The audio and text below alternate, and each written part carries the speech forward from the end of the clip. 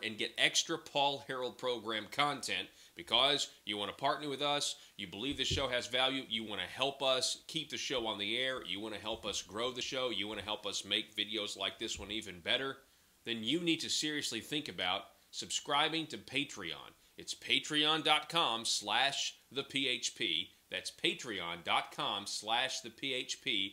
Get extra content today, partner with us, and help build the Liberty Machine. We're asking you to partner with us for as little as $5 a month. Now, you can go up from there. You can go to $10 a month and get extra features, or $25 a month and become a Conduit Media Insider. But for $5 a month, you can really help us out. You can get extra content. You can see what we talk about on sets like this, and I promise you, you won't be disappointed. Thanks for watching. Back in a moment. Paul Harrell, weekdays from 4 to 6. Learn more at paulharrell.com. I want to welcome to the program for the first time from the Institute for Justice. We have Dr. Dick Carpenter on the line, and he serves as their Director of Strategic Research. Dr. Carpenter, welcome to the program, sir. Paul, it's my pleasure. Thank you. I'm really thrilled that you could do this, and I know you are also going to be in Arkansas on the campus of UCA, the College of Business Auditorium, this coming Thursday, November 16th at 1:40, and you're going to be giving a talk on occupational licensing in Arkansas. So I would assume that this is one of your, many studies over at the Institute for Justice. And please go ahead and tell us a little bit about what the Institute for Justice does. Sure. So the Institute for Justice, or IJ, is a nonprofit public interest law firm that represents individuals whose most basic rights are violated by government. So we are a law firm that specializes in suing the government when the government impinges upon people's rights. We litigate in 4 areas. One is economic liberty, which occupational licensing is part of that, but also free speech, property rights, and educational choice.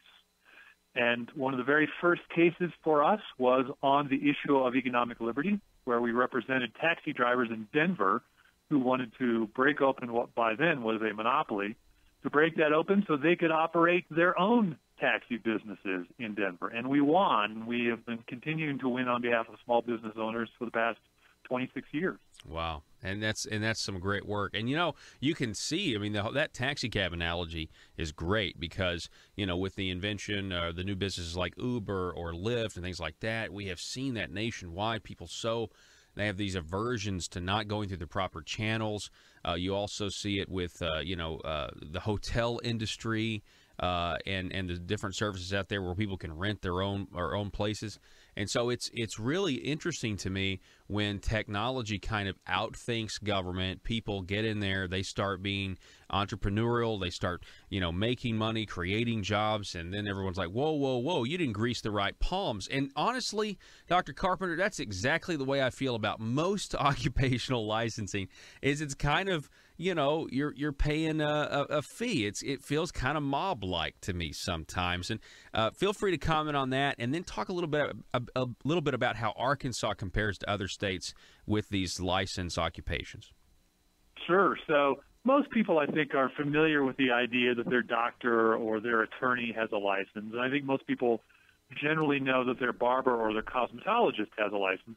But I don't think many people realize just how many occupations today require a license that once upon a time did not, like auctioneers, sign language interpreters, locksmiths, furniture upholsterers, florists, crane operators, and the list goes on and on of these occupations that now require a license. An occupational license is a government permission slip to work. It means before you can go and hang your shingle out and work in the occupation of your choice, you have to get permission from the government to do so. And these licenses are created not because consumers go to the legislature and ask to be protected from unlicensed practitioners. These licenses are overwhelmingly created by members of the industry who go to the legislature and ask for the license to be created in their industry. It enables them to erect a fence around their occupation and keep competitors out. And so the cost associated with licensing costs in the form of higher prices to consumers, fewer job opportunities, restricted interstate mobility and migration. All these costs are borne by us to benefit a much smaller group of people who enjoy an economic benefit as a result. Yeah, that's exactly right. And, just kind of doing that in my head here, I'm thinking, well, if you're making it harder on people to practice and then therefore, they can't work legally, then there's less people with a skill set that's, legally you're able to purchase or use their services. That would seem that would drive the price of those services up. Yeah.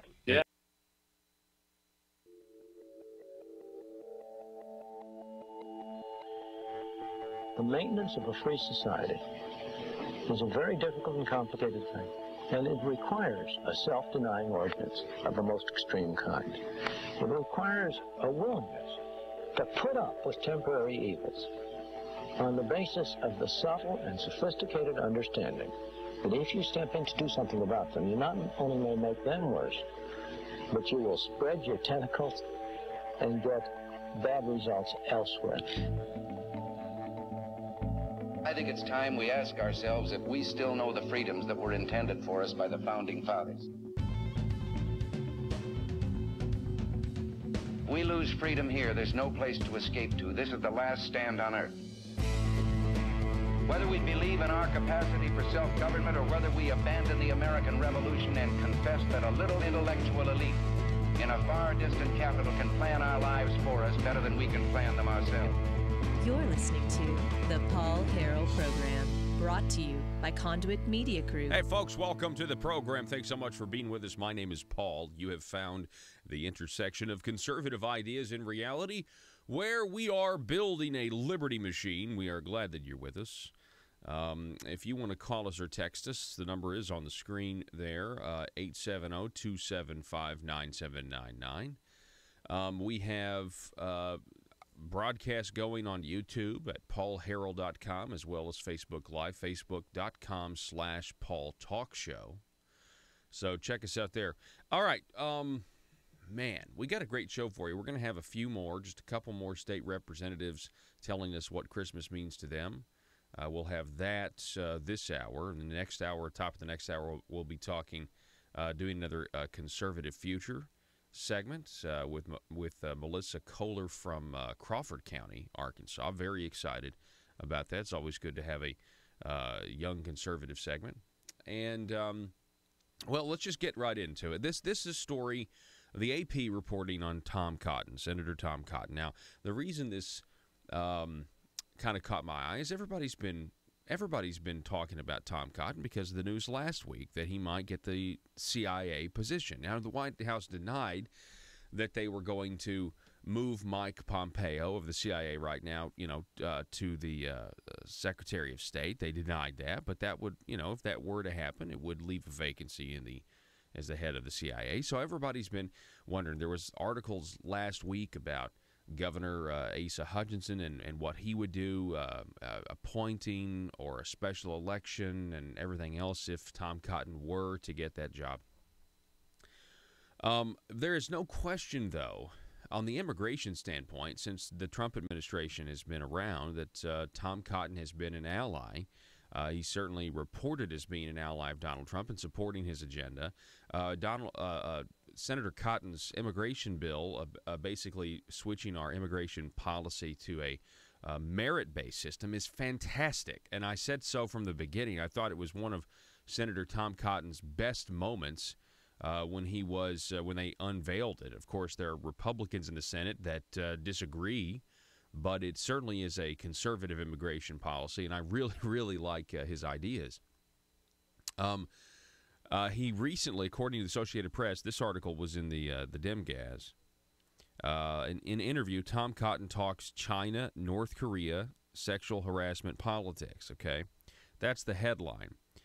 Specifically, and Joe, you can put this up there if you want. Specifically, China is more of an adversary than an ally on North Korea, according to a leading Republican senator and staunch supporter of President Donald Trump, who declared during a wide-ranging interview Thursday that Pyongyang's push for an atomic arsenal actually benefits Beijing. Senator Cotton of Arkansas told the Associated Press the United States should expand its military presence on and around the Korean Peninsula to pressure China into being a serious partner in the campaign to defuse North Korea's nuclear program. So he goes on. Now, Senator Cotton, he is a member of the Armed Services Committee and Intelligence Committee. He goes on to basically say China's been kind of talking out of both sides of their mouth with, United States officials versus. And, I mean, Donald Trump has said as much in a lot of ways. He said, look, for a long time, just China just ignores and this problem, and now it's a big deal. Now, some people think what's ironic about this particular story to me is that some people say that China has been so hands-off with it. One of the reasons is because they don't really want to deal with the immigration problem of getting rid of the government of North Korea, because they would have a lot of North Korean immigrants come into their country that speak a different language, and they wouldn't want to mess with that humanitarian crisis that it would be. And I find, I don't know if it's true or not, but I find that kind of a fascinating, fascinating twist on the situation. So, all of that being said, all right, Senator Tom Cotton is certainly when he was running for office. Okay, one of the things it was him against Mark Pryor, and one of the things I said during the campaign, contrasting everything. Obviously, the Democrat versus the Republican, and Mark Pryor had a terrible record. It was, it was abysmal. But one of the things I said during the campaign was, you never even hear from Mark Pryor. He just kind of goes along and does his thing, and he, everything. You never hear from on the national stage. You never hear it because, as a Democrat, what would he be doing on the national stage? Advocating for big government Democrat policies. And I always thought, with Senator Cotton, one of the reasons he was so appealing to me, not aside from his, fiscal conservatism and things like that, it was just like, hey, here's a guy that is going to express on a consistent basis a lot of the will of the people of Arkansas, which wasn't happening there. And so it's always neat to see that. And again, with President Trump, and how everybody in the mainstream media is perfectly happy to pile on President Trump all the time, and there are a lot of Republicans who are perfectly willing and happy to kind of pile on as well sometimes, and Senator Cotton's not one of those, and I think that's just something to note. Now, if Tom Cotton were to go to the CIA, and he denies that it's just a speculation thing, and some people say maybe it was a leak out of the White House, and enough with the leaks. If he were to go, Governor Asa Hutchinson would have to appoint someone. So the question that I have gotten a lot over the last week since news broke of this possibility, for the second time in a year, that Tom Cotton was being eyed for either defense secretary or the head of the CIA. People have said, who would Asa appoint, for a period of time? Even if we did have a special election eventually or next November, who would he appoint, in the interim?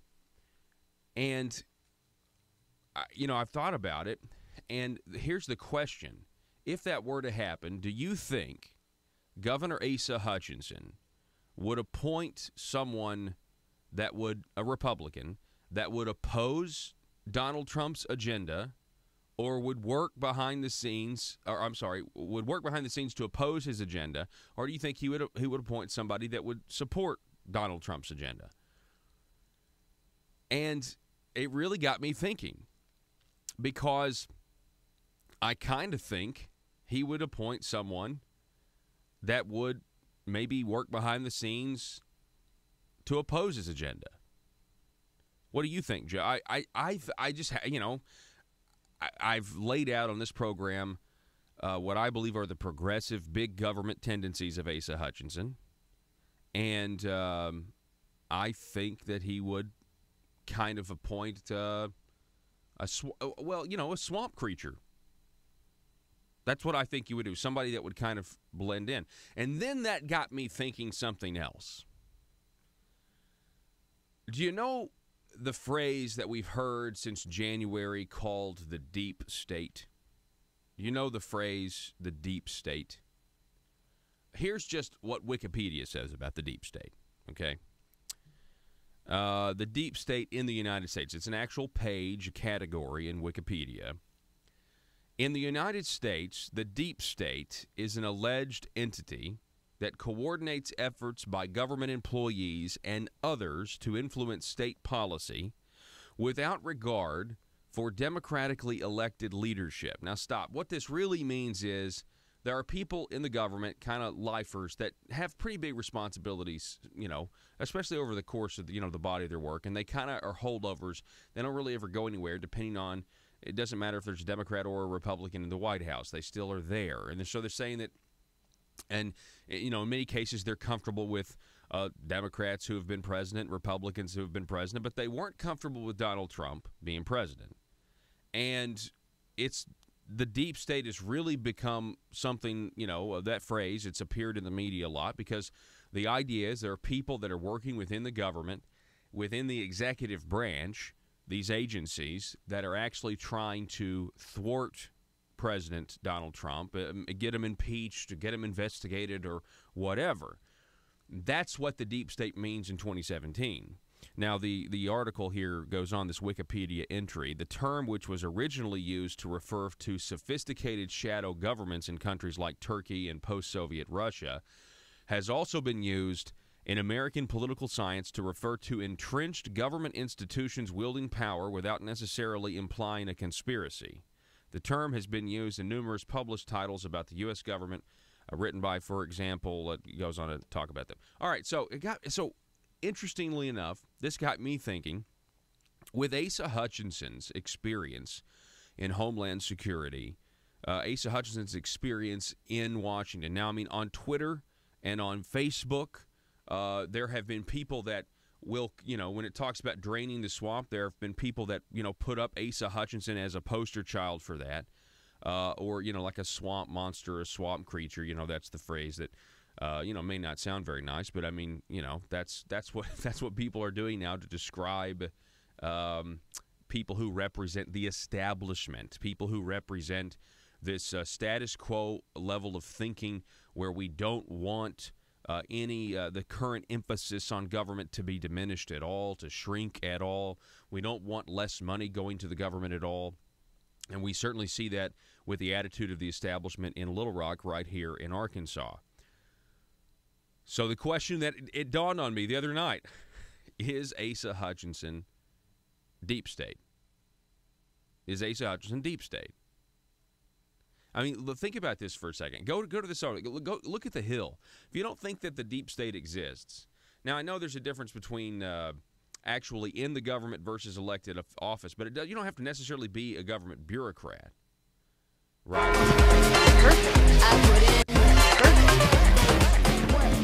Undermine. Abstract accident. Seen it, covered it. We know a thing or two because we've seen a thing or two. Hutchinson is concerned. They were this close to repealing Obamacare, and Governor Asa Hutchinson was going on MSNBC and CNN criticizing it, saying he disagreed with the current approach because it would have required that we would have had to end Medicaid expansion because it would have been financially unfeasible. It would have been financially impossible for us to continue the program. So Asa Hutchinson becomes a tool of the left. Is he a tool or is he a willing participant? And goes on MSNBC and CNN, who are happy. At the time, they were happy to say, well, we have a Republican, Asa Hutchinson, who's criticizing the Republican plan, or he doesn't see it. So, I don't know. Maybe is Asa deep state? I don't know. Look at this. I don't know if this is true, but The Hill reported this, that Trump is considering a spy network to combat deep state enemies, according to the, The Hill. The Trump White House is reportedly considering a proposal for a global private spy network to counter deep state enemies who want to undermine Trump's presidency, according to a report. I think it's the look. The announcement that Donald Trump made yesterday, declaring Jerusalem the capital of Israel, was huge, and don't think that didn't go against every advisor or many people in the deep state, because it was a decades-long foreign policy, and he just made a seismic level shift, a huge shift yesterday in doing this.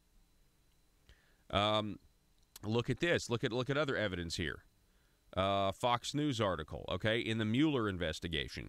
They now have over 10,000 texts what the Justice Department is reviewing between ex-Mueller team officials after they discovered that one Mueller official had anti-Trump bias. They had a text message from him, this guy named Strzok. An FBI counterintelligence agent had worked on the Mueller probe but was reassigned to the FBI's Human Resources Division after the discovery of anti-Trump text messages with Page, with whom he was having an affair. Page was briefly on Mueller's team, but since has returned to the FBI. The disclosure of those messages revived Republican concerns about the objectivity of the Mueller's probe. Who was it I read said, Michael Flynn goes to jail, but what do we do, for lying to the FBI? But what happens when the FBI is lying to us? What does anything happen then? I can't remember who said that, but it wasn't me. I read it somewhere.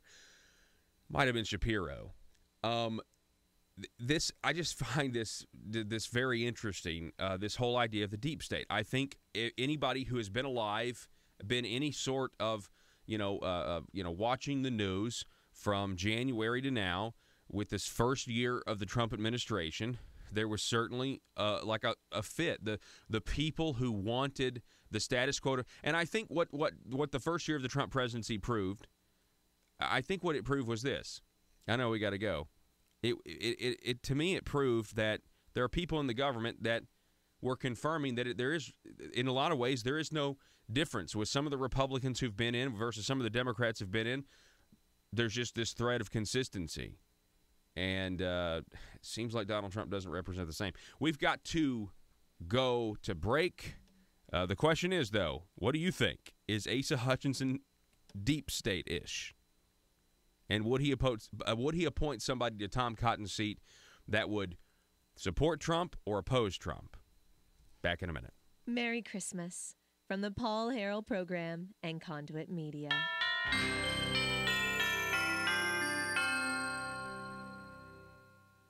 If you're like me, you believe that small business is the heart of Arkansas's economic engine, and it should be viewed that way by the politicians in Little Rock. Conduit for Commerce also believes, like you and I believe, policies that achieve less regulation and lower taxation help small business in Arkansas thrive. Other policies like small, constitutionally consistent government and reducing citizen dependency on government keeps it from growing and expanding its influence on our daily lives. Conduit for Commerce works every day to educate the general public and legislators on these important priorities in the name of Arkansas small business. By the way, contributions to Conduit for Commerce are tax deductible. Log on now to conduitforcommerce.org and click on Contact Us on the right side of the page. That's conduitforcommerce.org. Go there now and learn the facts on protecting small business in Arkansas.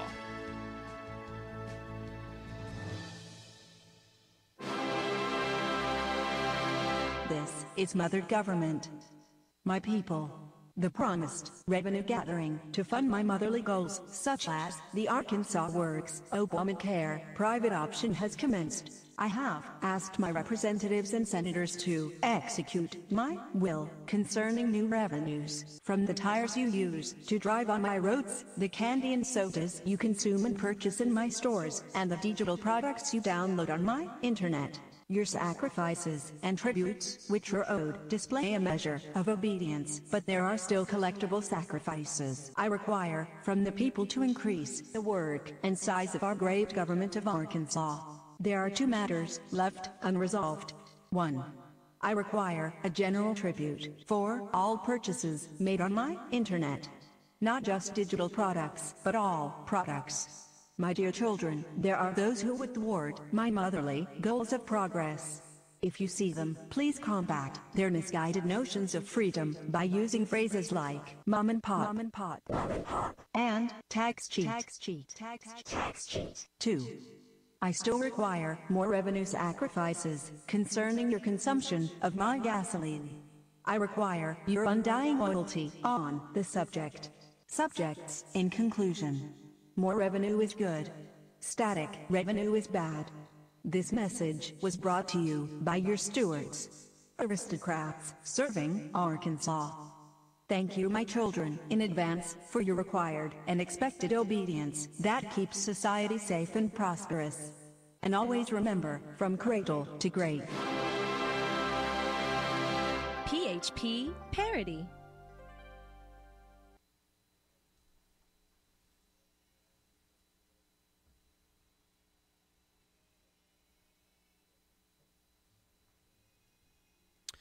All right, ladies and gentlemen, welcome back to the program. Merry Christmas to you. And continuing with our series, Asking Arkansas Politicos what Christmas means to them. Welcome to the program. State Representative Jimmy Gazaway is with us. Jimmy, welcome back, sir. Thank you, Paul. Appreciate you having me. Absolutely. So, State Representative Jimmy Gazaway, what does Christmas mean to you? I think Christmas, very simply, is about the birth of our Lord and Savior, Jesus Christ, and the hope that he offers mankind. And I say hope, I think that's one of the prevailing themes of Christmas. The birth of Jesus offers us the hope of eternal life. And, in a world that can sometimes seem hopeless, the birth of Jesus, offers us a hope that, that nothing else in the world can give us. I've often said that there are no political solutions to what are inherently spiritual problems. And if you look at many of the problems that we see in the world today, whether that's crime or strife, wars, rumors of wars, those are spiritual problems that, people clamor for the president to solve. They clamor for Congress to solve. They look to the governor. They look to the state legislature. They look to government in general. But they're not going to find their answers in those places. The only true hope for mankind is the hope that we find in Jesus Christ. And so I think that broadly is about what Christmas means to me. Also, of course, peace. I think that's one of the big meanings of Christmas. Also, in the same regard, with the birth of Jesus, Jesus is the Prince of Peace, and he said that he gives a peace that passes all understanding, peace that not as the world giveth, give I unto you. So, even in the midst of turmoil, we look at everything that's going on in our world. Whether that's is there going to be an atomic war with North Korea, what's happening in the Middle East. We look at crime here at home or whatever the issues might be that we face. Even in the midst of all that calamity, we can have a peace that only Jesus can give. And so that's what Christmas means to me. State Representative Jimmy Gazaway. That's fantastic, sir. I couldn't agree with you more. You raised some really interesting points, and Merry Christmas to you. Well, Merry Christmas to you, Paul, and Merry Christmas to all the listeners out there as well. All righty. Okay. Thank you so much, State Representative Jimmy Gazaway, everybody. We're up against a hard break. That was a perfect timing. Just kind of give somebody the floor. They talk all the way up to the hard break. That's great. We appreciate that. He raises I could talk another 20 minutes on this, and I might. But when he says, all of these things that they demand that man fix, a lot of times they demand that they fix it with government solutions, and that's why, and it can't be fixed. He says because it's a spiritual problem. So much of this is a spiritual problem, and that is why the idea of individual freedom and a limited government that cannot do certain things to its citizens because of that human corruption was so genius when our founding fathers thought of it. What a blessing. Back in a moment. welcome those of you watching at paulharrell.com, Facebook Live, or our YouTube page, The Paul Harrell Program.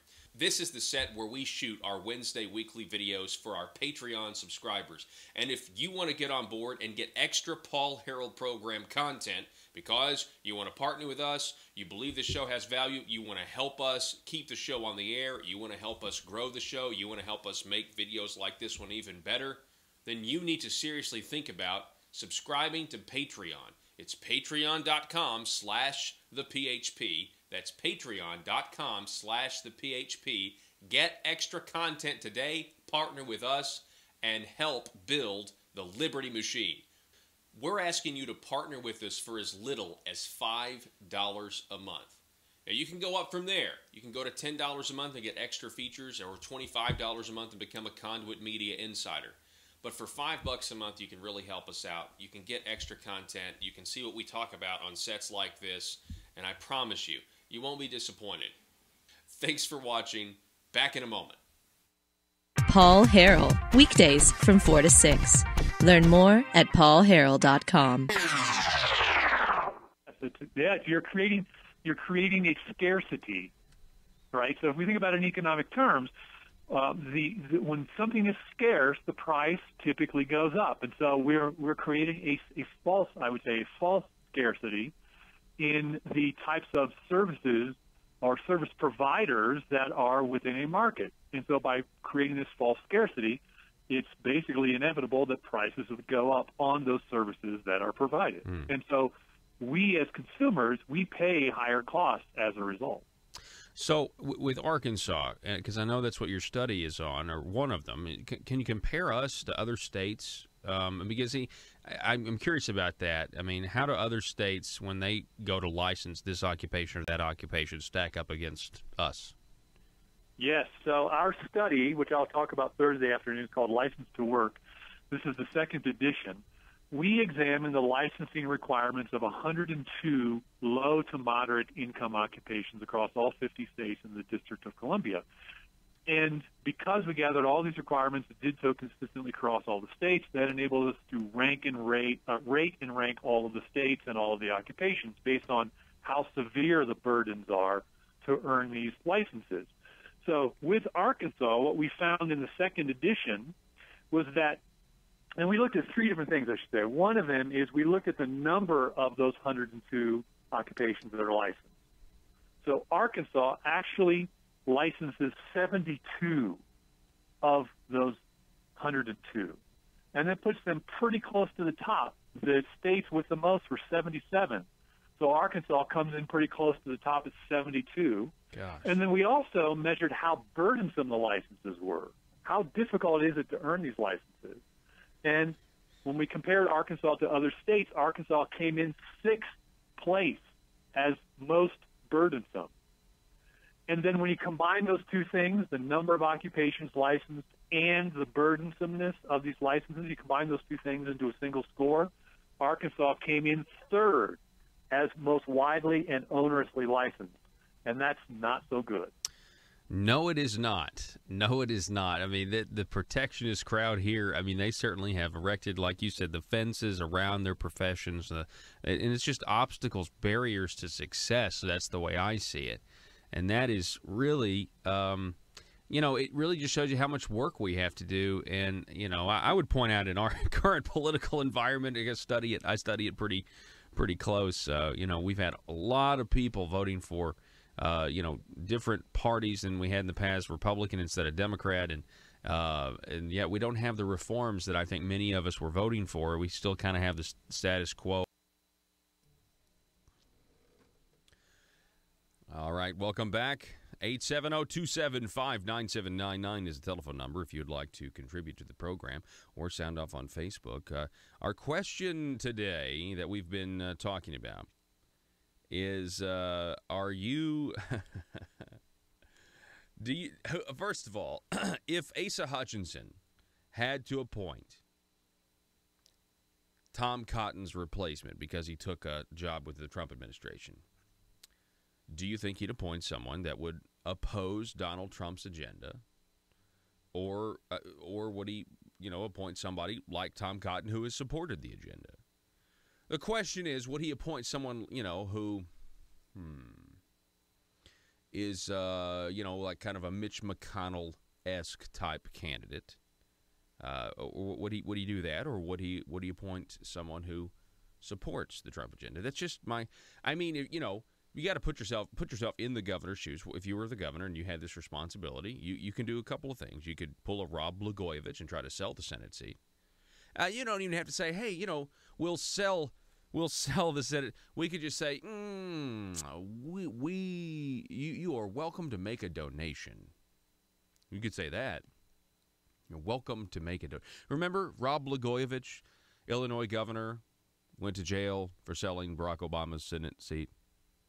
Now, somebody writes, nephew is my $2 bet. Well, here's the thing, okay? You're talking about one of the nephews, Jeremy Hutchinson, Jim Hendren. I don't think you can do that. I don't think you could appoint anyone related to you. Amendment 29 in our Constitution is what somebody texted me. In our Constitution, the 29th Amendment, you have to have 4 degrees of separation, I think, between yourself and a relative. Is that true? Joe, can you look that up for me? As this was a text message from a guy I trust, but still. We're looking at the 29th Amendment in our Constitution. Our Constitution, I'm assuming does that mean Arkansas's Constitution? Yeah. So look that up. And I'm just curious about, appointments and that sort of thing. And is there a prohibition of appointing relatives? Like, your nephew. It's, you know what? It's, the thing is we have to look it up, right? I mean, because it would be a possibility otherwise. So you got to look it up. Anyway, so moving on now. Let's move on to this. Arkansas's health program signups are up 2,100. Medicaid units cost fall a little. So for this segment, we're going to talk just a little bit about Medicaid expansion. I've never talked about this subject much. That's a joke. Medicaid expansion. This is a program that, just to remind you, was only supposed to have 215,000 people on it initially, according to government estimates. It has grown and has had as many as 330,000 people on the program. Now, the number has risen, I guess, from month to month by 2,100 and is now at 310. So it's been up almost 330, down to 320, and so now it's up to 310 again. So we had an increase. The cost per monthly enrollee fell by $3.69 to $518.63. Let's just stick with that number right there. $518.63 per month going to insurance companies, whether the patient goes to the doctor or not. What a scam on the people of Arkansas. What a complete and total scam on us that we're paying insurance companies even when they don't have to pay out anything. You can go back and look at estimates. If we'd have just done straight Medicaid expansion, it's something like around $400 a month, $400 per person, much lower cost. But they wanted to, in the name of the free market, which is a joke, it's a laughable statement. They wanted to pick winners and losers. They tried to say it was a free market solution. They tried to say that they're innovators. And to this day, Governor Asa Hutchinson has continued the "we're being innovative" line of the original 2013 gang of Republicans and the minority of Republicans and all the Democrats that gave us this mess. To this day, Asa is still claiming that what was innovative in 2013, he's going to make more innovative now if the Centers for Medicaid will approve the waivers so he can add other stipulations to the program. They have never abandoned this idea of we need innovative Obamacare in Arkansas. Now, interestingly enough, let's actually move on. And I mean, the program is still growing. We know that, but let's move on to this. This is a post by David Ramsey. I haven't said his name in a while, but it's over for the Arkansas Times, posted the Arkansas Times. The credit here is actually, I haven't heard of the Arkansas Nonprofit News Network. I haven't heard of that, so I'm assuming it's new, but maybe it's not. But David Ramsey over at the Arkansas Times, can you flash this article, Joe? Arkansas still waiting on federal approval for Medicaid changes. Now, this is interesting. You realize that Asa Hutchinson was supposed to hear from the federal government about his innovative way to make Obamacare Medicaid expansion work for the state. We were supposed to hear something back by November 7th. Okay. You found the 20. Yeah, we'll look at that during the break. Back on November 7th, according to this article, we were supposed to hear something. Nothing. Haven't heard anything. David Ramsey writes, quote, in early November, a spokesperson for the governor said that Hutchinson was optimistic about receiving an answer from the feds by November 7th. With no response more than 3 weeks later, Hutchinson said he still believes his efforts are on course. He's actually been up to Washington, D.C., Asa Hutchinson, flew home to Washington, D.C., where he met with government officials to make sure that they are going to approve his waivers. You know, here's an interesting thing. I know Asa has an office in Washington, D.C., but, you know, if you were a congressman from Arkansas or a senator from Arkansas and you were in D.C. all the time, and you thought Medicaid expansion was a big My mom's mistake. paying for moderate. I wonder if there'd be a way to just kind of, hey, don't approve that waiver. They need to get rid of this program. This is ridiculous. I don't know. I'm wondering if that's even crossed anybody's mind. Would any one of our 4 congressmen ever think, this was a huge mistake, and these waivers don't need to be? I'm just curious. I mean, I can't imagine why, because the speculation here is that maybe the waivers aren't going to get approved. This was supposed to start by January 1st, but we haven't gotten a waiver request, so we haven't gotten the waivers approved to add these, quote, part-time work requirements. Well, they're going to say work requirements. It's really like a part-time work requirement with 1 million exemptions to make it better, right? To be innovative, to lead the country. But we haven't heard anything yet, and so they need 60 days in order to implement this. So if we ever do get the waivers, we got to have 60 days to implement to the work requirements. Now they're saying that's impossible by January 1st, obviously. So where are the waivers? Where is the federal government approving what Arkansas has proposed and passed out of the Marble Palace? They're not here yet. So Asa Hutchinson flew home to Washington, D.C., where he met with people in the government in an attempt to, make sure that his waivers get approved. Now, we submitted this request back in June of this year. Interesting. Listen to this. Quote, the timeline for the response to the waiver may be delayed because of the resignation of former Health and Human Services Secretary Price. He took those, he was getting, taxpayer money for plane rides he shouldn't be getting taxpayer money for.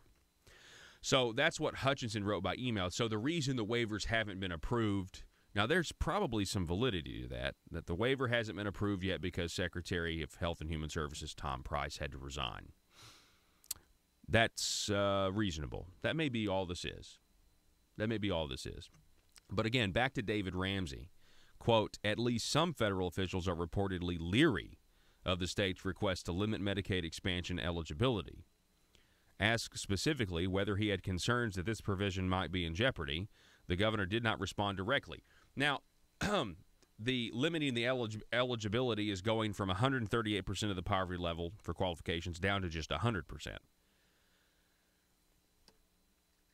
If that part of the waiver doesn't get approved, I mean, Medicaid expansion is unaffordable. We know that. And the reason that they dropped from 138% to 100 is because they all know. They look at the budget realities. We can't, we can't do anything. Wouldn't it just be easier to go and tell people that they're not entitled to health insurance for free? Wouldn't that just be easier than having to? But if that particular waiver requirement doesn't get approved, I just get ready for more taxes, folks. Getting ready for more taxes disguised as military retirement tax cuts. I mean, get ready for every trick in the book. Get ready for what is it? Being shamed as a tax cheat because you like the internet the way it is. Get ready for more of that rhetoric. You don't want an internet sales tax. You're a tax cheat. You owe this to us.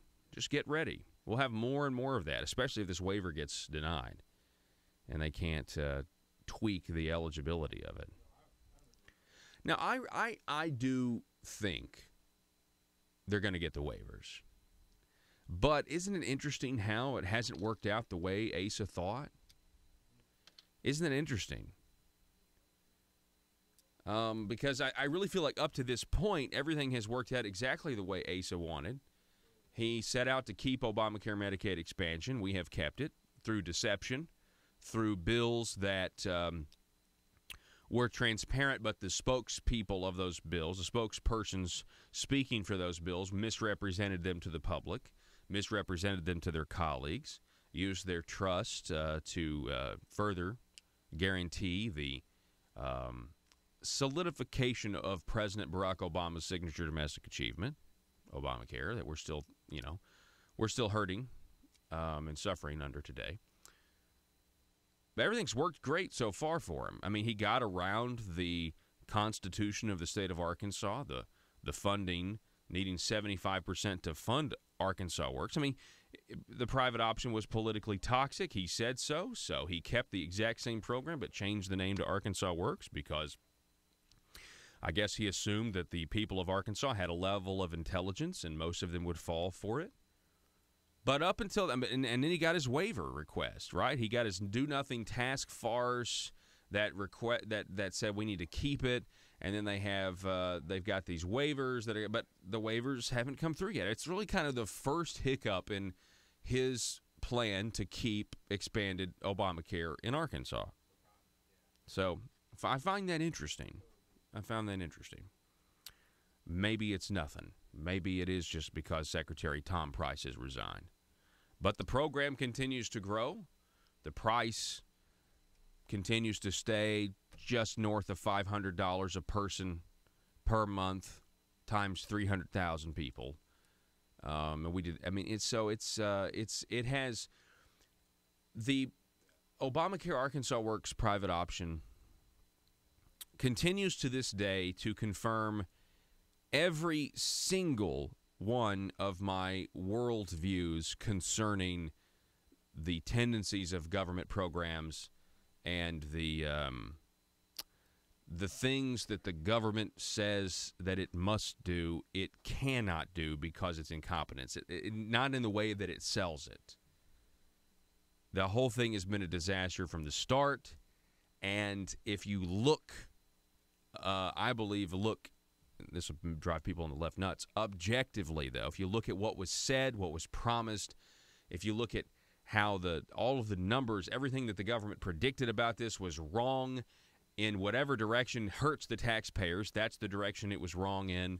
So everything about it, textbook, is what Reagan said, the closest thing to eternal life on this earth is a government bureau, government program. So, Joe, do you have the 29th Amendment? Did you find the part where it talked about appointments of senators? Okay, all right. So you can't appoint a relative, correct? Yeah. Okay, Joe's pulling it up right now, and let's give it a read. Okay, filing vacancies in office, effective offices.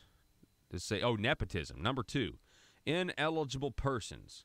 The governor, lieutenant governor, and acting governor shall be ineligible for appointment to fill any vacancies occurring Any office or position created in resignation shall not remove such ineligibility. Husbands and wives of such officers and relatives of such officers or their husbands and wives within the 4th degree of, what's that word? Consanguinity? Consanguinity? I've never even heard of that word before.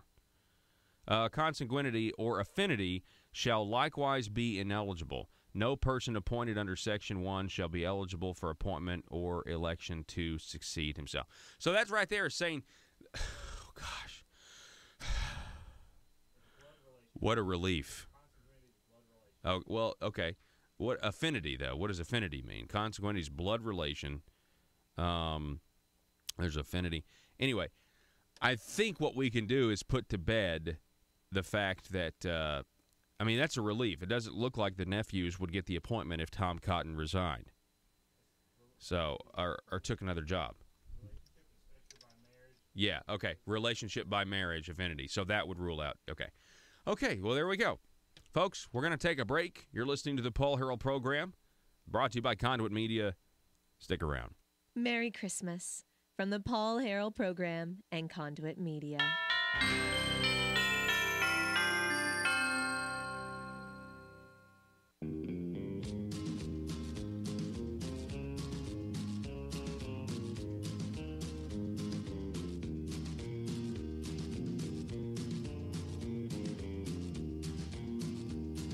This is for all you big government establishment Republicans out there. Hope you're listening. I keep a close watch on these votes of mine. I keep my finger in the wind all the time. I vote big government, and you will pay with your dime. 'Cause every time I toe the line. You know, there's always an excuse not to shrink government. It's much easier just to toe that line. I find it very easy to be rhino blue. I find I'm not alone when failing to come through. Yes, big government, I'm a fool for you.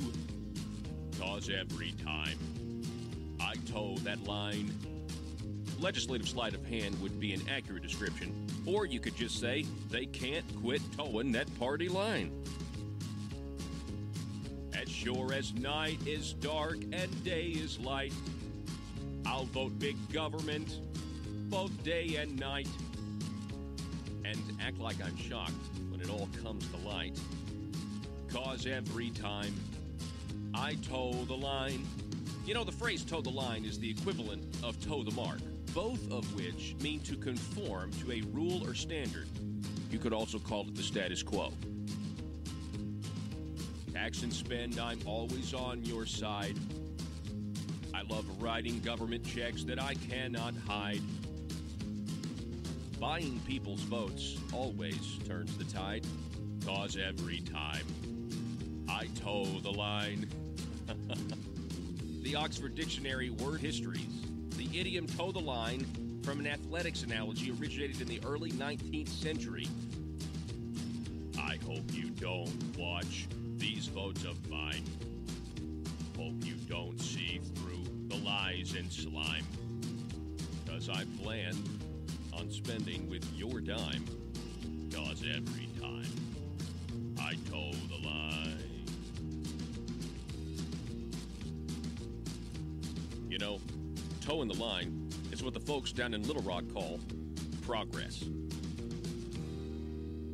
PHP Parody.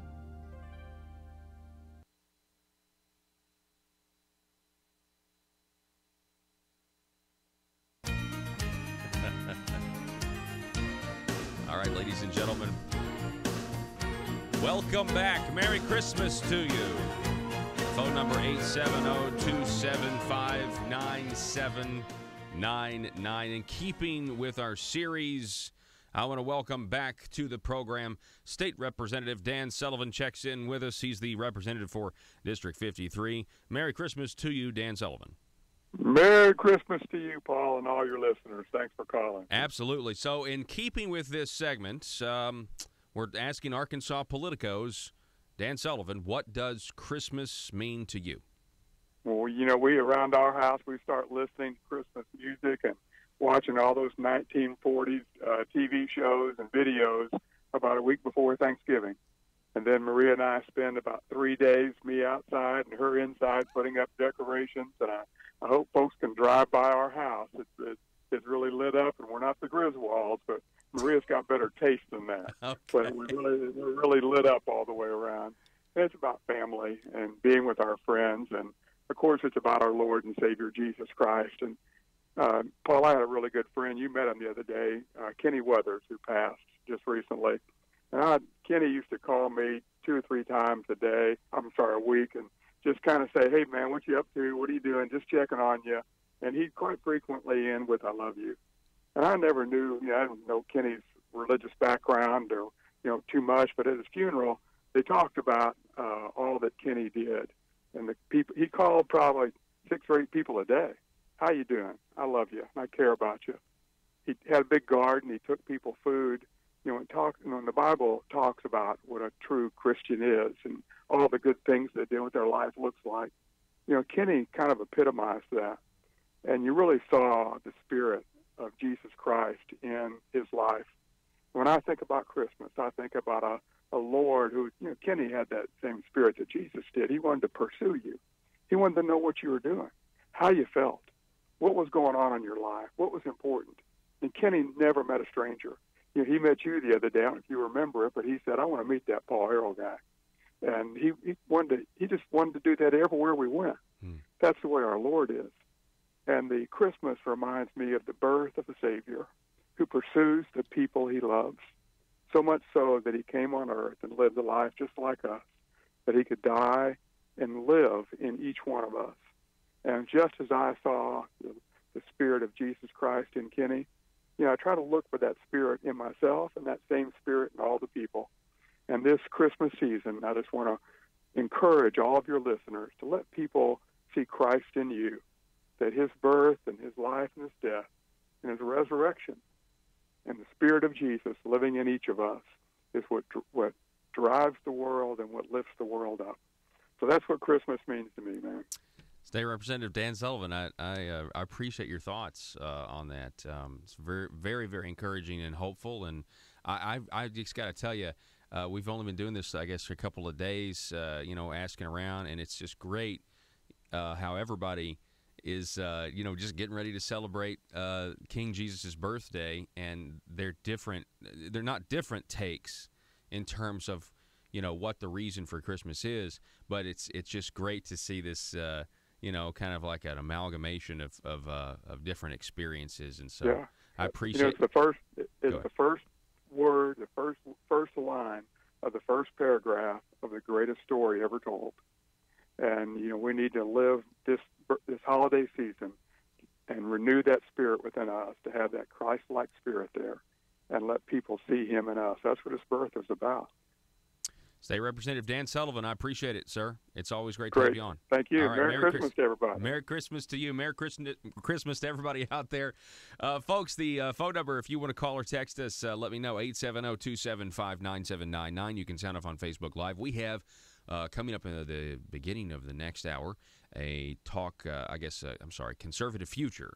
Melissa Kohler will be joining us from Crawford County on our Conservative Future segment, where we talk to younger people who identify as conservative. We're going to figure out what that label means to her, and you guys don't go anywhere. Also, there's a new story up over at conduitforaction.org I'm sure we're going to get to, which really kind of highlights the history of what we've seen over the last couple of months of the Republican Party of Arkansas and how they have an aversion to freedom of speech when it comes to people trying to disagree about the direction the party goes within the state of Arkansas. Now, the Republican Party has been, these are my words, totalitarian in their management of these county committees. Conduit for Action has a great story up, and in the body of that story, they kind of go through a timeline chronologically of all of these evidences that the RPA is trying to limit speech and diversity of thought and ideas within the party. We'll talk about that next hour as well. Merry Christmas. Back in a minute.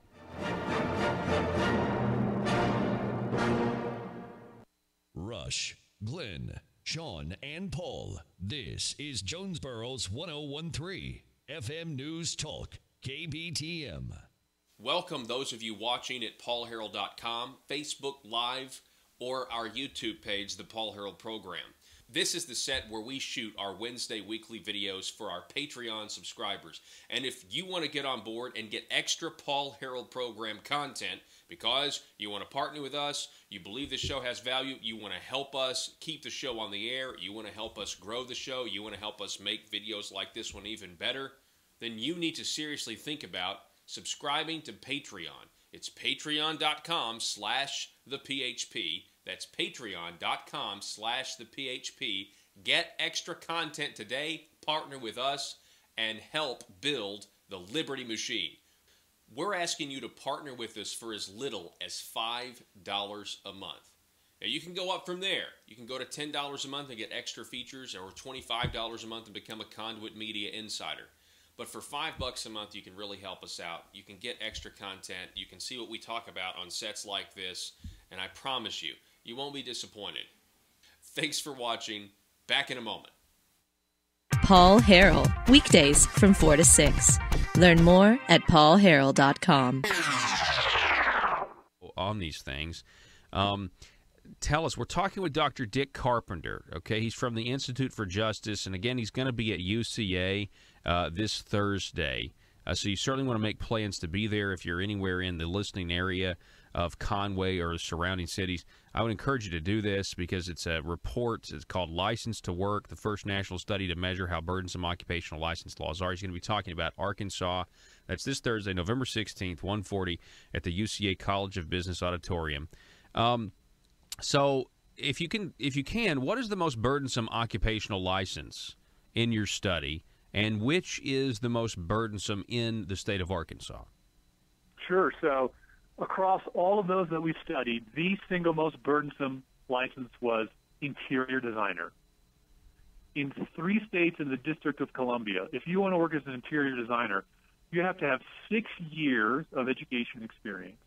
You have to pass a national examination, and you have to pay almost $1,500 in fees to the state to work as an interior designer. In Arkansas, the single most burdensome license is for fire alarm installer. If you want to be a fire alarm installer in Arkansas, you have to have 5 years of experience. You have to pay almost $1,500 in fees, and you actually have to pass four examinations to work as a fire alarm installer. Gosh, unbelievable. That is unbelievable to me.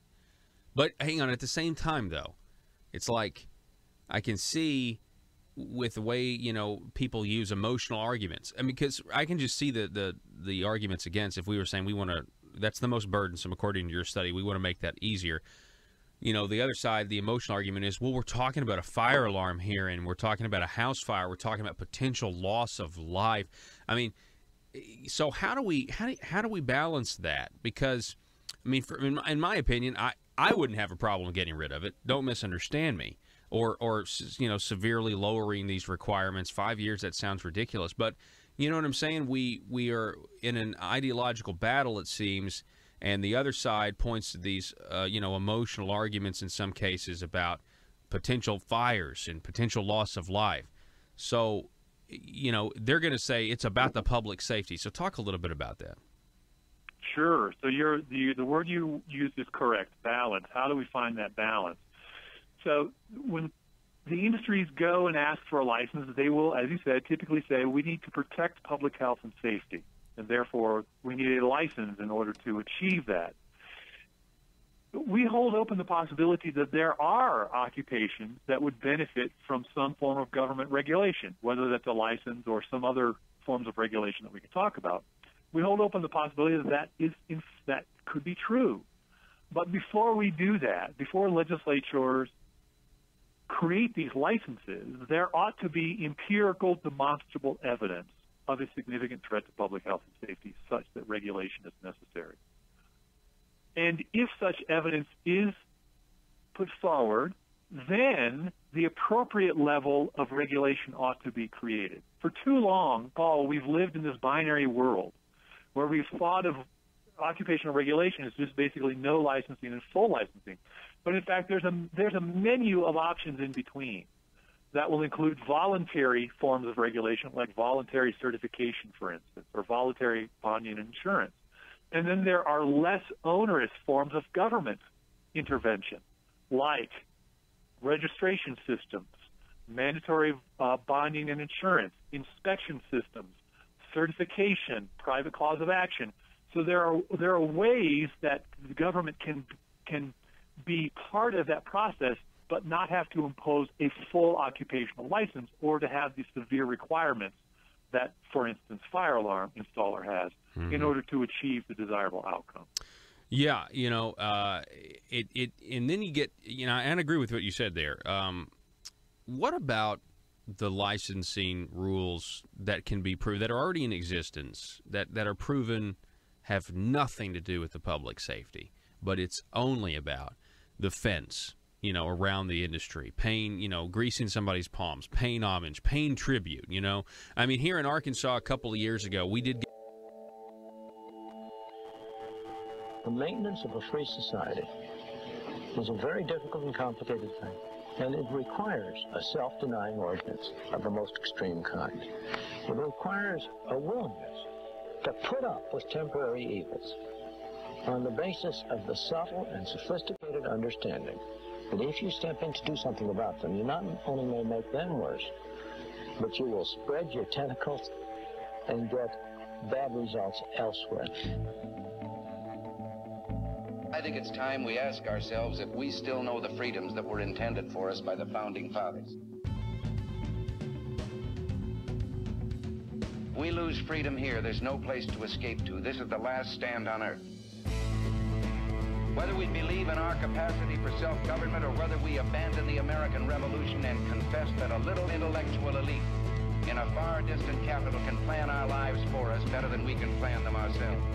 You're listening to the Paul Harrell Program, brought to you by Conduit Media Group. Hey, folks, welcome to the program. It is hour number 2. Thank you so much for being with us. My name is Paul. You've found the intersection of conservative ideas and reality, where we are building a liberty machine. We want you to be a part of that. One of the ways, you can call or text 870-275-9799. That's 870-275-9799.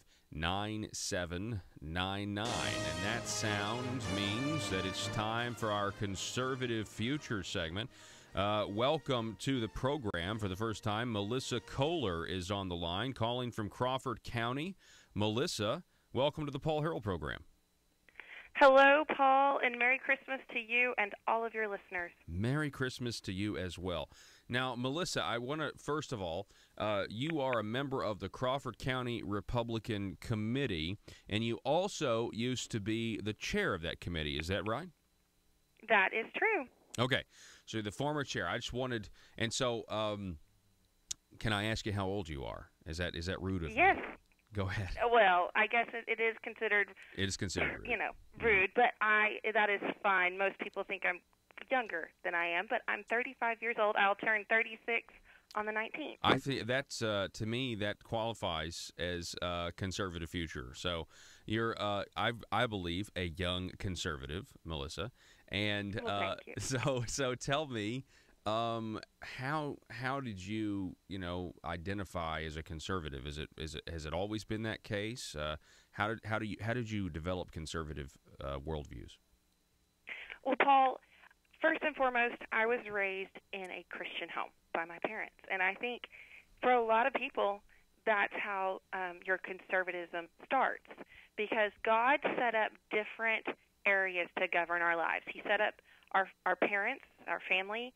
He set up the government. A lot of people forget that God actually set up government, and he set up the church. So if you believe in our Lord Jesus Christ and you read the Bible, you'll realize that the Lord set up the strictures for government, and even in the Bible, he gives guidelines for each of those governing bodies. So that's, I believe, for me, where it starts. But beyond that, when I turned 18, I immediately registered to vote, and I selected Republican, and my first vote was for George Bush. And from there, I was just a voter. right? I think a lot of people in our state, and of course all over the nation, are just a voter. And so I started to notice that I would go to the polls and I was voting, and I really didn't know who I was voting for. And I was clicking Republican names. And so I finally got involved in the committee, and I took time to read the platforms, and I took time to read the GOP, the national platform, and I said, yes, absolutely, this is things that I believe. So that's where conservatism started. But beyond that, I actually, just to prepare for our call, I went out and I looked at the Webster's definition of conservative, and it's holding to traditional attitudes and values and cautious about change or innovation. And then it says, in the English, it's aiming to preserve. And that right there is really, it's the epitome of the word, isn't it? Preserving liberty, preserving freedom, and preserving individual God-given rights, and not letting man take those away from us. Yeah, and it just dawned on me that maybe possibly that the label conservative, I mean, I know I know I want to preserve liberty and do all those things as well, but if you actually think about conservatism in the context of limited government, it's because we have a limited government that we were able to progress. In terms of, like, let's just take a free market economy, you know what I mean? Giving people the freedom to tinker in their garage and things like that, actually, in restraining government regulation and everything else, it actually helps us, because I know one of those definitions said something about, being skeptical of new things. Cautious about change. Yeah, cautious about change. The thing is, with technology and free market and everything else, I mean, the fact is the government that we instituted, back in the 18th century, up until that time, everything was pretty much the same. There hadn't been any big technological advances, and yet, 200 years later, there's a man on the moon. So something happened in that infancy. The systems that we set up, the attitude of our people for the first 100 years was, well, I don't need a handout, or I don't need government to do X, Y, Z. I've got this, and they understood the benefits of the liberty, I think, better than we do now, for sure. Absolutely. I was speaking with Heidi Cruz back during her husband's campaign when she came to visit the Arkansas women, Republican women. And we were speaking, and I said, I don't need government to give me a handout. I need them to take things, move them out of the way so that I can have opportunity. And when we're cautious about jumping to the new thing, we can take the time to actually look through the possibilities, make sure that what we're moving forward towards is not going to take away from the good things that we have had already. Yeah. When you talk about technology, last night I was reading an article by Infamous from Hillsdale College, and they had scientist Craig Chester that had come and had spoken, and he works at an observatory in the United States here that is completely privately funded, the Institute for Research in Astronomy, Monterey's the Mira Institute. And they were talking about the wise men and following the star and the song we sing, and he went into actually saying, it was actually astronomical events that were happening that made them take notice of the Christ child being born. Yeah. And, it brings it back to that our God is a God of miracles and a God of the mystical. And sometimes with the technology and the change and the new, it is easy in this day and age to forget that God gave us rights, that he set our course for us already, and that we diminish those rights when we legislate and grab hold of power just to hold on to it, just to control it, because God's the one that's supposed to be in control. Yeah, there's a lot of documentaries or studies about, they're trying to find, okay, the Christmas star, this time, This is the general, window where we think Jesus was born, and then, what astronomical, things happened that were conspicuous in that time. And so there was a documentary I watched that was fascinating. I think it was just called The Christmas Star, and it was really, really neat to look at that. To look into that, and we can of course do that now with the technology that we have. We're talking with Melissa Kohler. This is our Conservative Future segment. I think you can tell just by speaking with her that she certainly is, a conservative and is going to be around for a long time in this movement. So can I ask you this, Melissa? Arkansas politics, the Republican Party. I mean. Do you admit that there's a divide in the Republican Party, and if you do see a divide, because I see one, if you see it, what do you think needs to happen moving forward? There is a divide, and I'll tell you one interesting thing I've taken note of for probably a little over a year. First time I heard it was in a District 3 meeting when I was chair. I heard it again at our winter meeting. That the party, through our chairman, is inviting Democrat officials to change parties and become Republican. We even had 2 representatives that changed parties here in January after they'd won the election. That's how we got our super majority that everyone became so excited about. And I think that shows an absolute divide right there, because when you look at the platform. Now, I'll admit, the new 2016 platform is not the platform I thought we were voting in. But when you look at both the GOP platform and the platform of the Republican Party of Arkansas, it talks about limited government, at least the GOP platform does, separation of powers, federalism, the rights of the people, that they must be preserved, uncompromised for future generations. Political freedom and economic freedom are indivisible, and that political freedom and economic freedom are separated. When they're separated, they're in peril, but when they're united, they're invincible.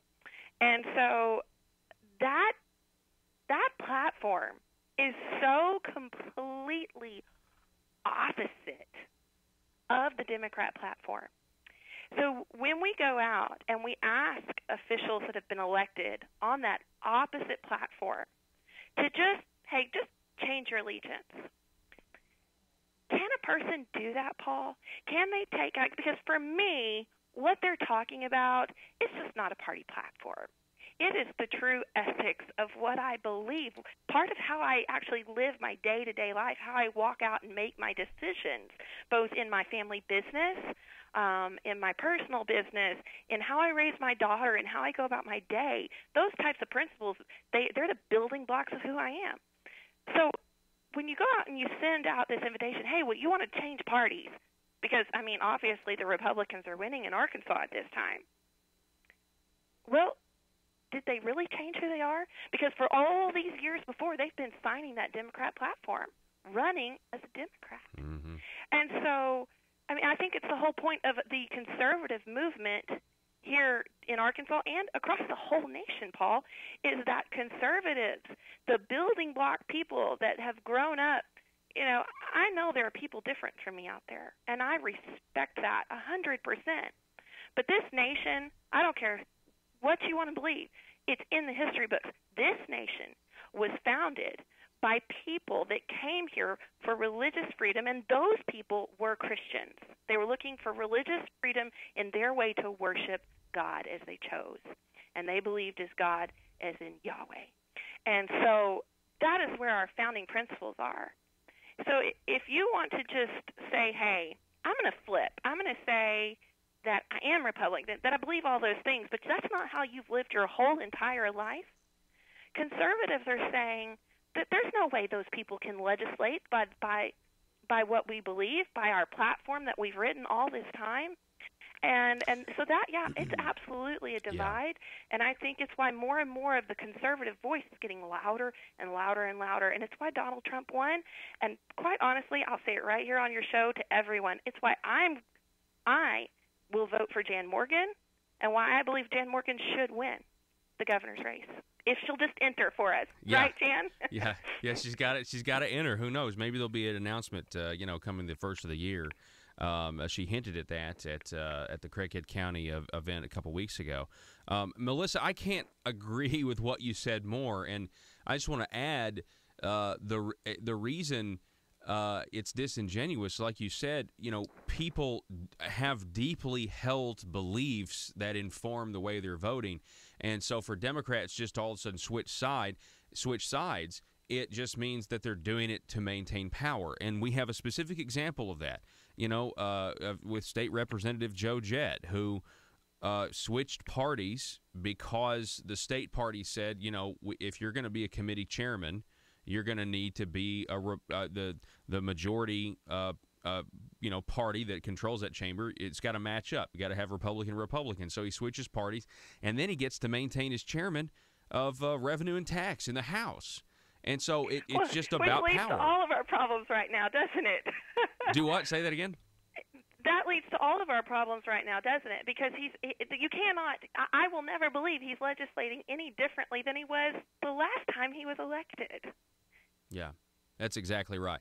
So you're saying, okay, I think you've hit on something big here, that part of the divide is, and I haven't spent as much time on this as I should have, the fact that the party is inviting Democrats to switch parties just to build what? I mean, what are they building? You're building something that has no principles. You're building something, it's like we want to be a big tent, but do we really want to be a big tent when you're going to have Democrats who've got no problem taxing businesses out of business, who are going to be masquerading now as a Republican? I mean, it's really sad. Absolutely, 100%. You can look at the current preamble of the Arkansas Party platform, and it says, "God is the source of our rights." And if that's true, if we're reaffirming that God is the source of our rights, right? Protected by imperfect souls, relying on God-given gifts to serve their neighbors, then we have to be willing to let go of the control, because God's in control. And if we are walking His path, if our legislators are actually walking His path for this state, then the power to legislate will stay where it's supposed to, and we don't have to power grab by bringing people over that don't truly believe the way we believe. Point blank. Yeah. Wow. Very well said. Melissa Kohler for our Conservative Future segment. Melissa, thank you so much for coming on. I'd love to have you on again sometime, and we can talk more Arkansas politics. I really appreciate it. I would enjoy that very much, Paul. All righty. Well, you have a Merry Christmas if I don't talk to you before then. Same to you. All righty. Thank you so much. Melissa Kohler, everybody, from Crawford County. That pretty much wraps things up for this latest Conservative Future segment. We're going to be back here in just a moment. We got more news to get to. Interestingly enough, I saw this from Campus Reform. We've got university letters going out telling people to not celebrate Christmas specifically, but generally. Merry Christmas from the Paul Harrell Program and Conduit Media.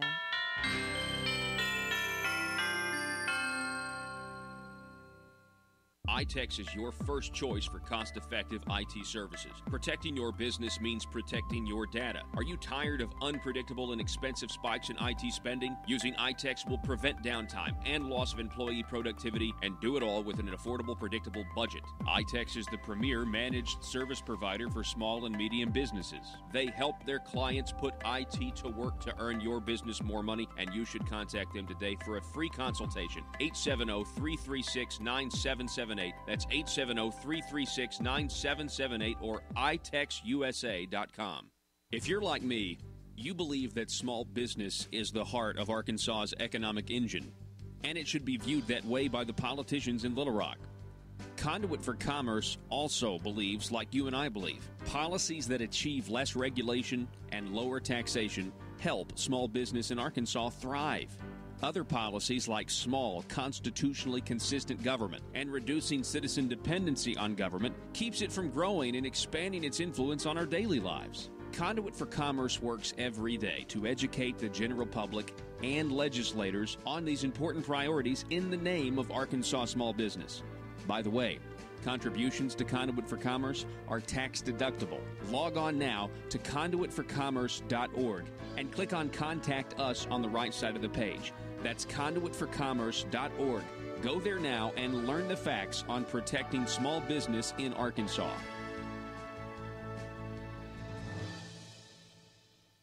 It's a PHP parody.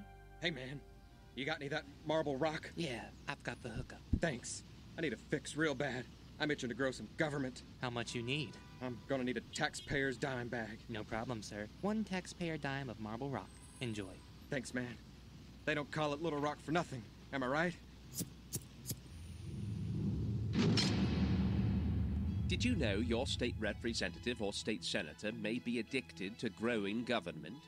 The drug is called marble rock, and too much of it will cause marble fever. Watch for the warning signs. Does your legislator suddenly display a lack of humility when faced with basic questions? Does he or she suddenly develop hubris and pride that was not present during the campaign for office? These are signs they might be smoking the terrible drug, marble rock. The solution? Detox. Vote for detox. Vote to send them home for their own good. Warning! Some politicians once voted out of office will not go home and stay in Little Rock to get their fix by lobbying, also known as the Burris Syndrome. PHP parody.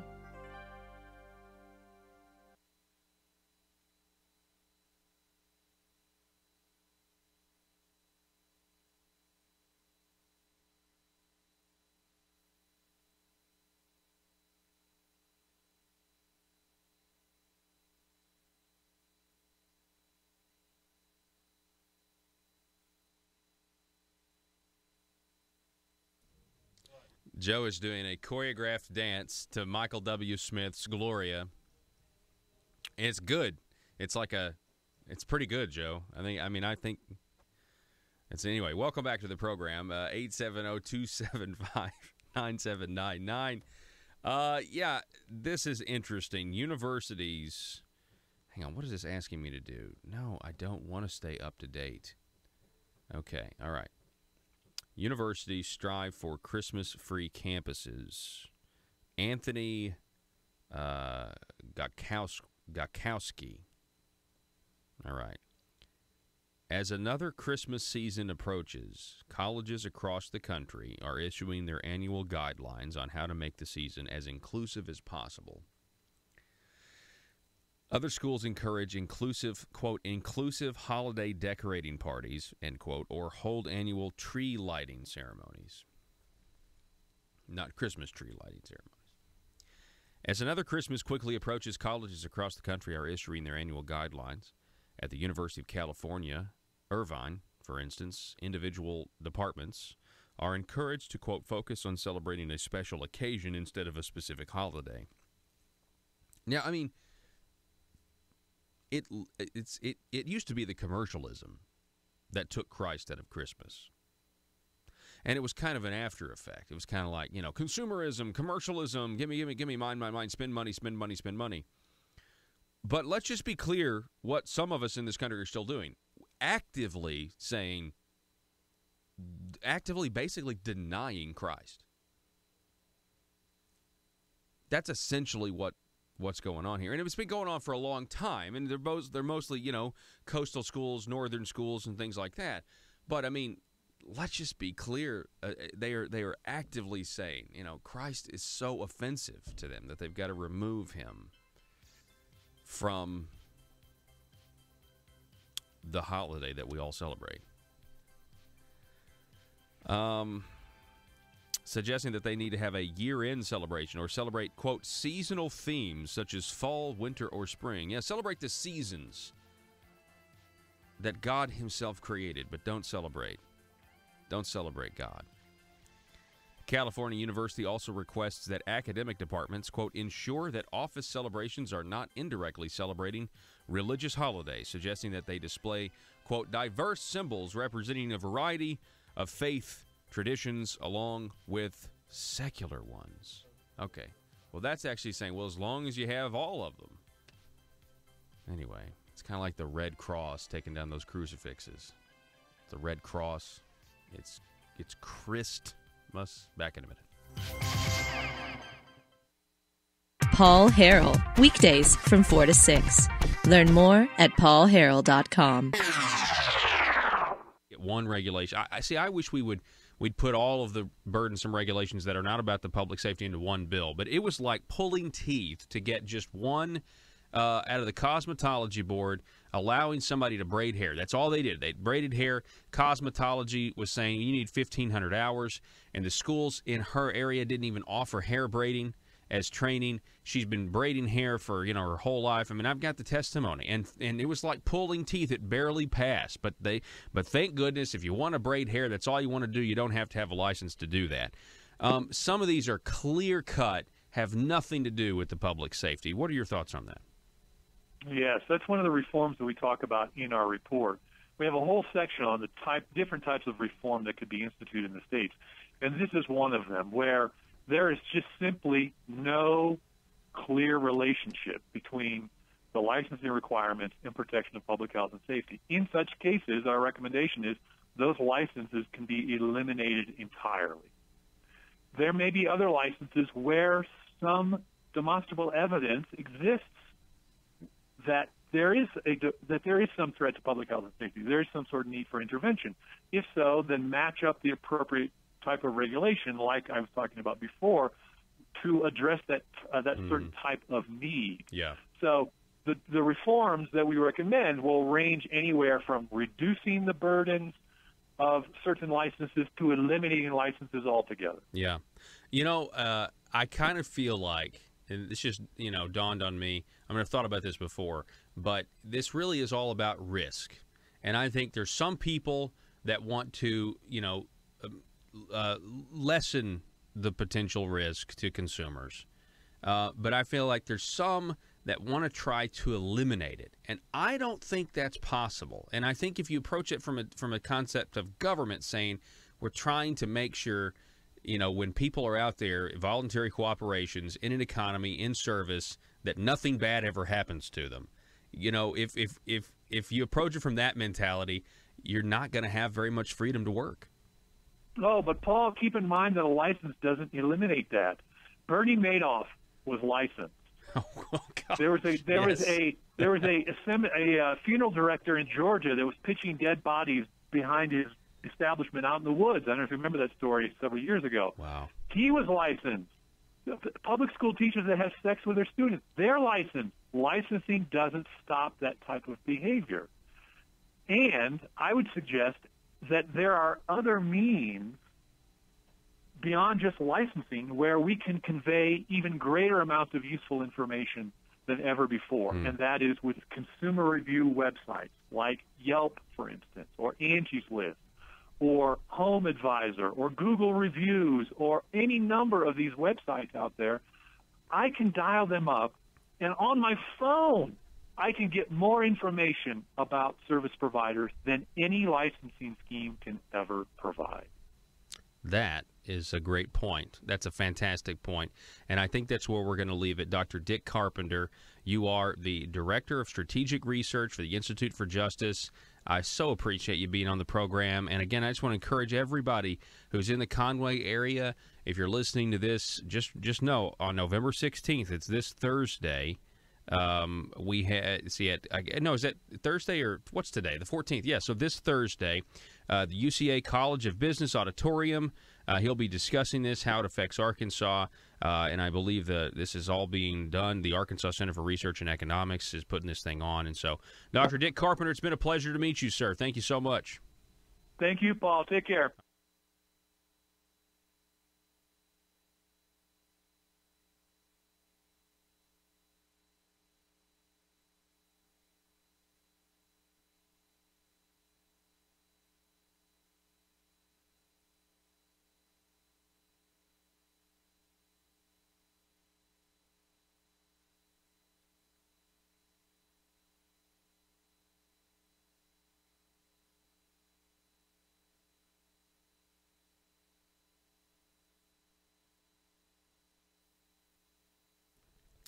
The State University of New York, Brockport, says that culturally sensitive holiday decorations, even is urging culturally sensitive holiday decorations, consider a grab bag instead of a Secret Santa exchange gift. Wow. They're so offended by Jesus Christ's birthday. They're taking anything that's loosely associated with the word Christmas. So Santa Claus is out. There's no Secret Santa. Because, Santa was, Saint Nicholas. And that could vaguely point to some way to Christ. Keep decorations general and non-specific to any religion. Create a winter theme with lights and color rather than religious icons, and include decorations from all the cultural traditions represented in your department. The holiday season should be considered an opportunity to demonstrate cultural sensitivity and inclusivity. Gosh, man. Just take comfort. Honestly, take comfort that there is a God who has an objective standard that no one can argue with. I guess, Joe, like you said, at these holiday parties, just unveil that coexist logo. That's complete nonsense. You know what I'm saying? It's the people on the left, they love it. Just coexist. Just coexist. Just coexist. And they've got the crescent moon in there that stands for Islam, and it's like, coexist. Yeah, you mean like the riots that are going on because Donald Trump just simply declared that Jerusalem was the capital when all of their government offices are already there. Coexist. Yeah, that's a good one. That's interesting. Again, phone number 870-275-9799. Similarly, listen to this. Ohio University put out a guide on holiday expenditures, noting that decorations cannot be purchased with university funds, but that any decorations displayed in public areas should be secular in nature.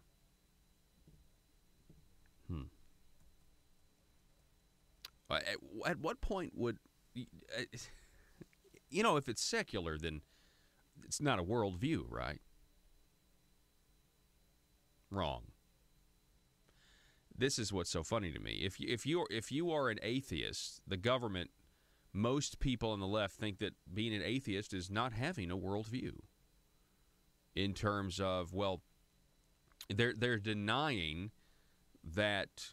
They're saying, well, the Christianity worldview, we need to be secular. Well, what about secularism? Isn't that itself a worldview that can also offend other people? When you're trying to push out traditions constantly? But for some reason, it's a double standard. It's like, and it's almost like the people who are in power, they're like, well, yeah, science has proven that God doesn't exist, and so we're trying to politely let these believers in this higher power down lightly, but we've got to get them out of society, but we're really the right ones, and so secularism, that's the way to go. And it's very interesting. They think that it's not a worldview that affects other people's worldview. Let's say a biblical worldview. They refuse to. They say, well, the biblical worldview will affect these people negatively who don't have a biblical worldview, but they will not say that the atheist worldview is a worldview that can affect the biblical worldview in a negative way in public life. It's a complete double standard. Nobody really ever talks about it, but it's very frustrating to me. All right, moving on. Over at conduitforaction.org with a fantastic piece. Good news for conservative voices in the Arkansas Republican Party. We mentioned this a couple of days ago because of the resolution. And I'm going to go over it again, but I'm also going to go over this amazing timeline. This amazing timeline instances where the Arkansas Republican Party seems adverse to a diverse set of ideas. Is what I'm trying to say.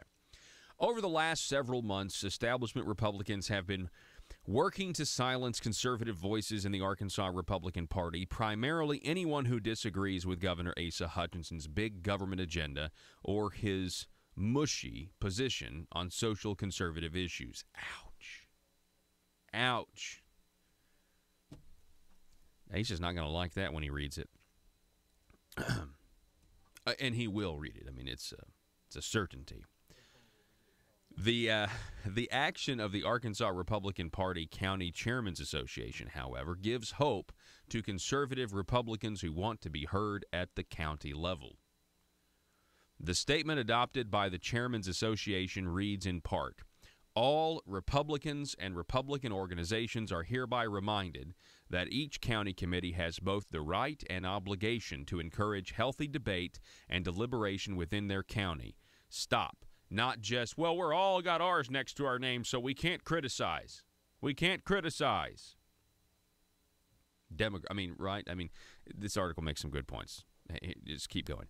And they are free to invite any speaker or presenter that, in their view of the chairman or other designated member of that committee or the county committee as a whole, would contribute to educate and inform Republicans in that county on issues of concern. Meaning, you can invite Jan Morgan if you want to invite Jan Morgan.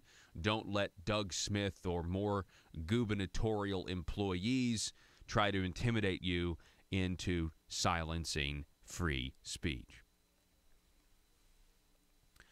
Therefore, as representatives of the 75 county committees, we remind our fellow Republicans that any effort to restrict county committees from inviting guest speakers or any other presenter that they see fit violates the delegated and implied powers and responsibilities of each county committee and county chairman. Some readers, Conduit goes on, some readers are familiar with efforts to stop county Republican committees from inviting guest speakers who are too conservative for the governor. For those not familiar with the controversy, here is a summary. Now, this is the part of the article that I love. This is a very precise summary. So if you want to know how the RPA has reacted when somebody dares speak out against King Asa, this is it. And by the way, the question of the day has kind of been, do you think Asa is deep state? I've had several people say, yeah, Asa is deep state. If he had to appoint a successor to Tom Cotton, if Tom Cotton were to take the CIA job, many people are starting to say that Asa would appoint somebody who would oppose Trump's agenda. Tom Cotton has supported it and has been an ally of President Trump. So just food for thought there. Deep state. I think if you look at that whole question there is fascinating to me, and it's only come up when with all these reports about Tom Cotton, potentially leaving. All right, here is the series of events. Fox News contributor Jan Morgan from Hot Springs was invited to be the keynote speaker for the Craighead County Republican Committee fundraiser, but after the event was advertised, Morgan was disinvited. Speculation began that Morgan may have been disinvited because Asa supporters didn't want her there. Soon after, Governor Asa Hutchinson's administrative assistant, Doug Smith, contacted the Mississippi County Committee criticizing their decision of inviting Morgan. Smith added to the intimidation by copying his complaint to the owner of the venue where the event was to be held. About the same time, several Republicans in Baxter County reported to us that they, too, had been urged to disinvite Jan Morgan. Some Republican county committees bowed to pressure, but others resisted and did not withdraw their invitations.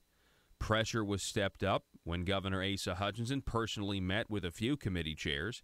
In at least one instance, it was to pressure local committee officials to get in line, and in at least one other instance, it was to encourage them to stay in line as an Asa loyalist. Morgan announced the formation of an exploratory committee for the office of governor, but has not announced whether she will be a candidate. Republicans in Craighead County continue to voice support for Jan Morgan to speak to the committee. She was invited to speak at a later date, and a large crowd came to applaud her. Jan Morgan was invited to speak at the Washington County Republican Committee. As was the committee's practice with other speakers, they posted a Facebook thank you to Morgan. Quote, "She's a crowd favorite and friend of liberty. Thanks for speaking to our group and good luck with your future endeavors, Miss Jan Morgan." State Chairman Doyle Webb contacted the Washington County Republican chair to relay a complaint about the Facebook post, but Webb wouldn't reveal who complained. After their conversation, the post was taken down by the county chair. What had been so offensive about the post? Merely the words, quote, "Good luck with your future endeavors." Supposedly, this thank you might be interpreted by someone as possibly bordering on appearing as if the committee was taking sides in favor of Jan Morgan. As if Asa Hutchinson doesn't have every advantage possible as an incumbent. So sensitive. Maybe he thinks he's going to lose. After the public outcry, the chair added a different post on Morgan's appearance. The events listed above have to do with trying to block Jan Morgan and any mention of her, but the effort to silence conservatives is not just about Morgan. Conduit for Commerce founders Joe Maynard and Brenda Vassar-Taylor were invited to speak at the Benton County Republican Committee about legislation from the 2017 session of the Arkansas General Assembly. Then, at the last minute, they were instructed not to say anything that would be critical of any Republican office holders. In other words, back when Democrats were in charge, it was okay to criticize them for their tax and spend policies and weak record on social conservative issues. But when a Republican office holder pushes the same policies, Republicans are expected to remain silent. The Carroll County Committee also issued similar instructions to Brenda Vassar-Taylor to not say anything critical of establishment Republicans. Were other speakers disinvited or gagged by county committees because the speakers don't agree with ACE's brand of big government growth? You can see why we are excited, Conduit for Action writes, to see county committees stand up against the establishment machine of Little Rock. So how does the resolution change things? With the passage of the resolution, will county committees escape pressure from establishment Republicans who want to silence conservative critics? No. The governor and his allies can still plead with, cajole, entice, or bully county committee members to shut up and accept big government policies. Does this mean the Sebastian County chairman will reverse himself and invite Conduit to speak to the county committee? Maybe not. Even though each county committee has both the right and obligation to encourage healthy debate and deliberation within their county. That's from the resolution. Who a committee invites or doesn't invite is totally up to that local committee, which is how it should be. If the folks in Sebastian County, who hopefully you all are listening to us, if you're not listening online, you're listening on KFPW out of Fort Smith, 1230 AM, 96.7 FM, The Marshall. If that is truly the will of the local representation there and they don't want anybody critical to say anything bad about Asa, if they don't want anybody to say bad things about Jake Files and that's their leadership, well, I mean, if I'm a Republican, I wouldn't join that committee if that's really their stance, but but if that's what it is, if that's their local wishes, then fine. Let the local committee decide. That is not what we had here the last month. We had pressure on these local committees to from outside influences that have no business putting their noses in some of this stuff. It's how it should be. So why is the Chairman's Association resolution so important? It's a total rebuke to Asa Hutchinson. That's the first thing. But not to his big government policies. It's just a rebuke to the way, it's a rebuke to his apparent entitlement of needing to be the supreme only candidate and don't ever talk about his ideas. It was an attack on the freedom of thought and ideas that were supposed to be alive and well in the Republican Party. That's what it was. And it's funny, that's what the left does. The left has big government policies, just like Asa, and they don't want honest debate. Let me say that again. The left pushes for big government progressive policies, cradle-to-grave nanny state, tax and spend. If you got a business, you didn't build that. And they run away from honest debate. Because when you try to confront them with facts, they'll burn down Berkeley University. It is a shame that the Republican Party of Arkansas is adopting these similar tactics. Obviously, they're not burning anything down, but they are pushing for big government policies, and they don't want an honest debate, and that is shameful. Say, well, we're trying to protect we're trying to protect what's been built here. I mean, you might just be building a sandwich made of feces. That's all I'm saying. It may not be. I mean, if you're trying to protect bad policies, like, what are you really building?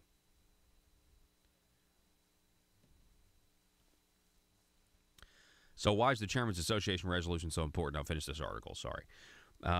By stating their independence and the need for healthy debate, the chairs have given county committees a basis for standing up against the Little Rock pressure if they wish. The county committee chairs have shown they should not be considered vassals of Little Rock office holders. That's right. We take your demands of fealty, and we say we're not going to make that pledge. We're not your serfs. We're not your vassals. Some county chairs may continue to avoid speakers who do not support the big government establishment positions, but whatever decision is made will rest with the county committee and not Little Rock, not the Marble Palace, not the Arkansas political status quo. That is the good news. Let it be up to the committees to decide. That is actually more of a democratic process. And that, if we're honest, that's what ASA and the RPA were afraid of. They're afraid of all the shakers and movers that are in any county committee. And if you know about county committees, those are the people who are dedicated. And if those people start knocking doors for Jan Morgan, watch out. And don't think that Asa doesn't know it. And this is him trying to avoid answering to the people for his record of bigger government, bigger spending, and higher taxes. Okay. Let's see. Below is the resolution passed. Yeah, okay. All right, that's basically the article. We got to take a break. You're listening to the Paul Harrell program. Merry Christmas to you. Back in a minute. Merry Christmas from the Paul Harrell program and Conduit Media.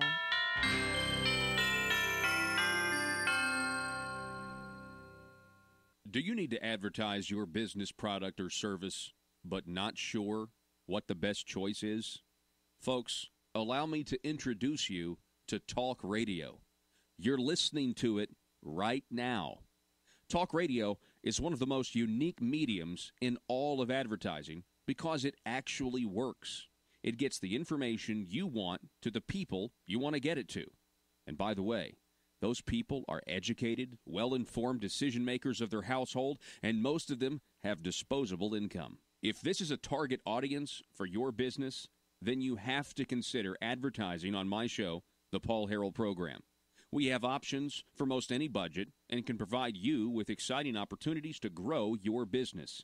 We can put your message across the state, or we can help you locally. Call 870-275-9755 if you have any questions. That's 870-275-9755, or visit my website, paulharrell.com, and click on Advertise. Do you need conservative legislation killed? Or do you need policies enacted that ensure government growth? Then you need to get Nephewed. Hi, I'm nephew number 1 of uncle, nephew, and nephew, attorneys at law. I'm not a lawyer, but I am a senator. And I'm nephew number 2, and I am a lawyer and also a senator. Are you the victim of a recent accident in which the voters in your community mistakenly elected a limited government conservative who is now actually implementing the ideas he or she campaigned on? That's right, nephew number 1. Don't be a victim of democratic elections any longer. At Uncle, Nephew, and Nephew, we are committed to killing limited government legislation and promoting bills that increase the size of government by using any tool at our disposal. Because sometimes the truth of the matter is, principles get in the way of pragmatism. Just listen to some of our great testimonials. Ever since I've been using the nephews, all my special interests have been served. As long as you make sure your contract says lobbying services are prohibited, then the legal services of uncle, nephew, and nephew are legal. Trust me, put the nephews on them. It came out of nowhere. I was blindsided last election cycle when my well-funded and paid-for politician lost to some grassroots limited government voters. But then I hired the nephews, and they killed all the conservative policies the voters wanted. I got nephewed. I got nephewed too, and so can you. Uncle, nephew, and nephew will accept compensation via campaign contributions. Put the nephews on them. PHP Parody.